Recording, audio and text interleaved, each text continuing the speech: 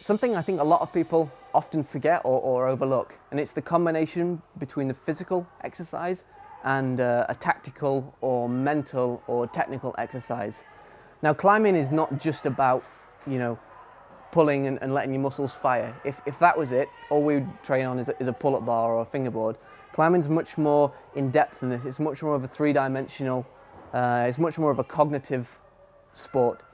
And so when you're making these exercises, these very basic training exercises, it's also good to use the time to focus on, let's say, your breathing or the position of your shoulders or your relaxation.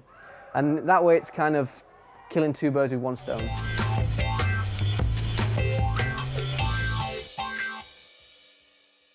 When you're training for power endurance, the main thing to work on is teaching your body to deal with very, very intense, potentially stressful periods of climbing that take place over a short period of time. So if we were to consider that endurance routes would be more than 30 moves long, power endurance routes would tend to be between 15 and 30 moves long. And they're characterized by being a lot more intense. There's going to be none of the big giant jugs and the comfortable resting positions. It's a much more intense exercise. Often you have to be a lot more focused, a lot more prepared to deal with stress in a very short, focused time frame. Ideally, you want to find yourself a route, perhaps 10 meters long, but with no obvious stopping points, no obvious resting places. Something that is perhaps 80% of your maximum level. Something that you can usually red point if you try really hard, but it's not guaranteed. You'll often find that most of the gyms, the routes will be too high to do this exercise effectively, so you just stop partway up the wall, wherever there seems to be a good finishing point, usually around 7 or 8 quick draws. Okay, take. You climb the route, you lower down, you have 2 minutes rest, and you try and climb the route again. Lower down, 2 minutes rest, and try and climb the route again. And on your third attempt, you should be really, really struggling, probably falling in the second half of this route. It's going to be a big fight. It's going to be very, very intense on the body, but afterwards you'll start to feel the benefits. During the entire session, you take 15 minutes rest between each set and try and do 3 times in total.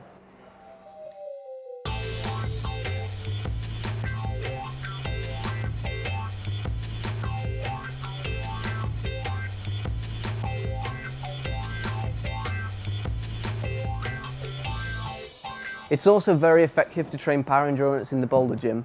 To do this, take a boulder problem that's around 70% of your max difficulty. Ideally, you can climb it 3 times in a row.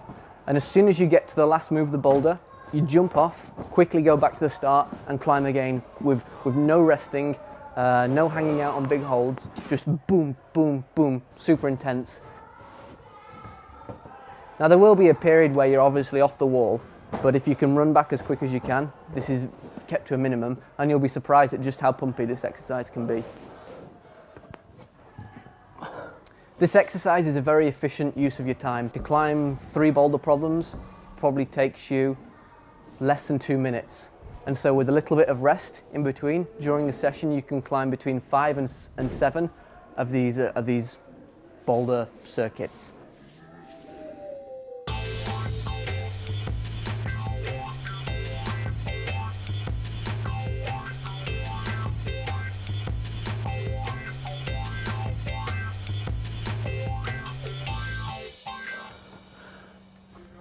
Some tactical points to focus on during your power endurance training would be your breathing and also your rhythm.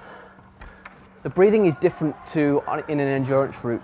It's not as continuous. In fact, you need to tailor the breathing to when the intensity of the route changes. So if there happens to be a few moves slightly easier, you can take a couple of breaths and set yourself up for the next part, which is more intense. The next thing is rhythm. This applies to the way that your entire body is moving and working in the route. For example, it's not going to be possible, you'll never find a position in a power endurance route where you can hang on a jug and shake both arms at the same time. But it will be possible you get one reasonable hold, which means you can maybe take 5 seconds to shake this hand before you move into the next position. There are going to be sections where you can climb slowly and try and recover a little bit within the moves, and there'll be sections where you can't stop at all. It has to be max level, boom, boom, boom. So when climbing power endurance routes, the position and the frequency of your shaking can actually sometimes be the difference between success and failure. Anytime you're locked in a position, the lactic acid in your arms is building up. And so it's really finding the balance between taking the time to shake one hand and not killing your other one in the process. Even when the intensity of the climbing is so severe you can't stop between the moves, as you move one hand to the next hold, it's possible to have a very small shake on the way. And this can sometimes be the difference between success and failure. Even though it's not a resting position, just that little tiny micro recovery is all you need.